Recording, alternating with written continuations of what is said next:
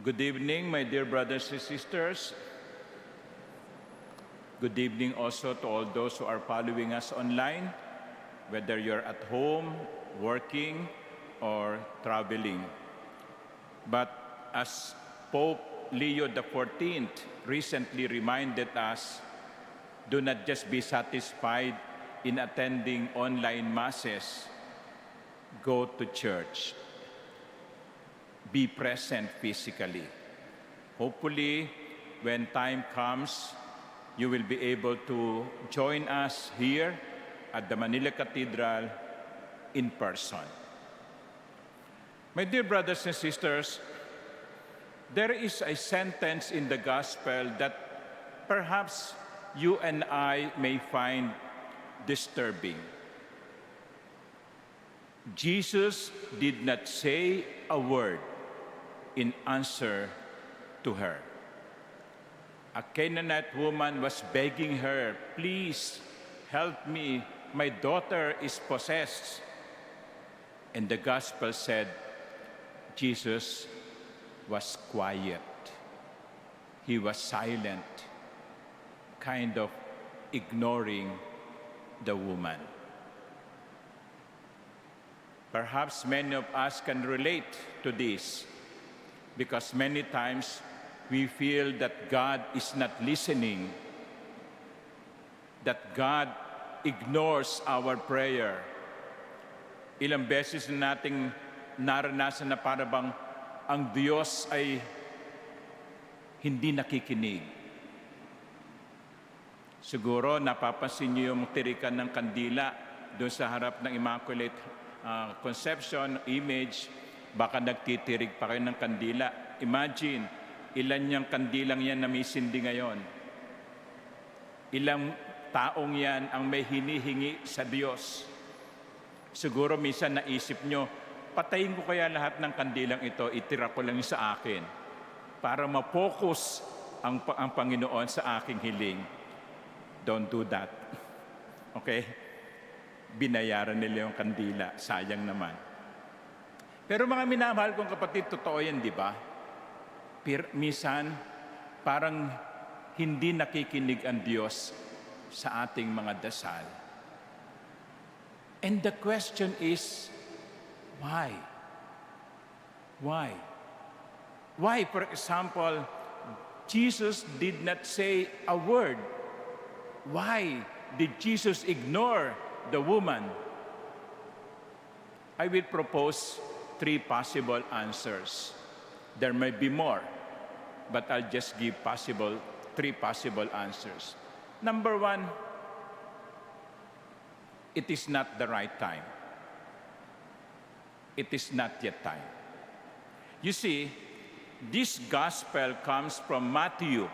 Saint Matthew wrote the gospel. Here, on the 15th chapter, Jesus ignored the Canaanite woman. She does not belong to the chosen people. But later, in the last chapter of St. Matthew, the same Jesus will tell his disciples, "Go into the whole world, proclaim the good news to all." Maybe at this point, it is not yet time, but later, time will come. Baka ganun din sa inyo. Baka ganun din sa atin. Kaya hindi ibinibigay sapagkat hindi pa napapanahon. May tamang panahon sa lahat ng bagay. Katulad ng prutas na hinihintay nating mahinog. Hindi natin ito pinipitas kaagad sapagkat hindi natin ito papakinabangan. Hinihintay natin ang tamang panahon. Sa mga nagdadalang tao, kinakailangan 9 na buwan sa sinapupunan. Sapagkat pag ipinanganak ito ng kulang sa buwan, sasabihin natin premature, magkakaproblema ang bata. May tamang panahon. Kaya kung hindi binibigay sa inyo ang inyong dasal ngayon, huwag kayong hihinto ng pagdarasal. Malay nyo, baka bukas ibigay. Kung minsan naman ginugulat tayo ng Panginoon, hindi pa natin hinihingi, ibinibigay na. So yun ang una, there is always the right time. The second reason why God apparently ignores our prayer is God probably wants us to purify our intentions. Kasi, kumisan, mali yung dasal natin eh. Lord, sana po mamatay na yung ex ko. O sasagutin ba naman ng Panginoon yan? No? Huwag ganon. No?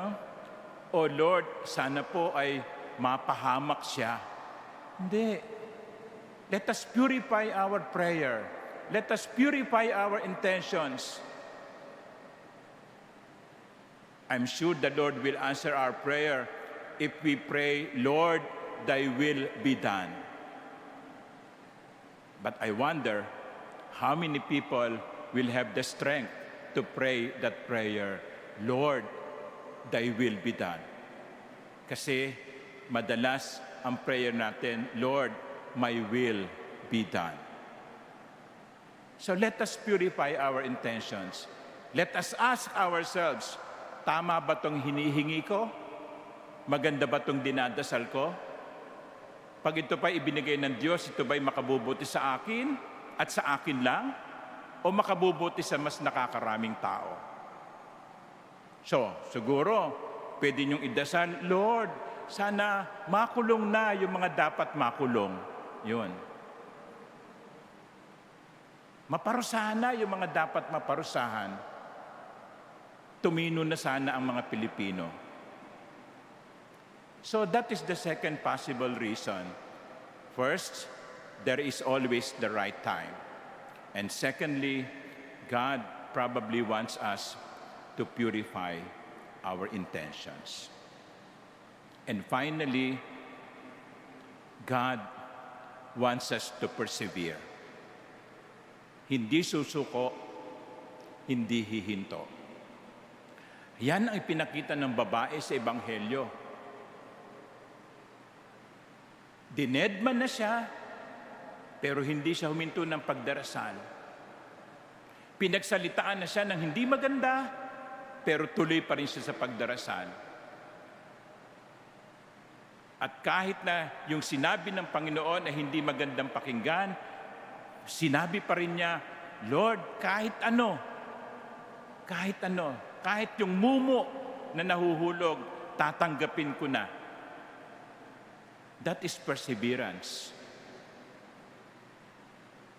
She does not stop praying simply because the Lord does not answer her immediately. Kaya mga minamahal kong kapatid, yun din ang gusto niya sabihin sa atin.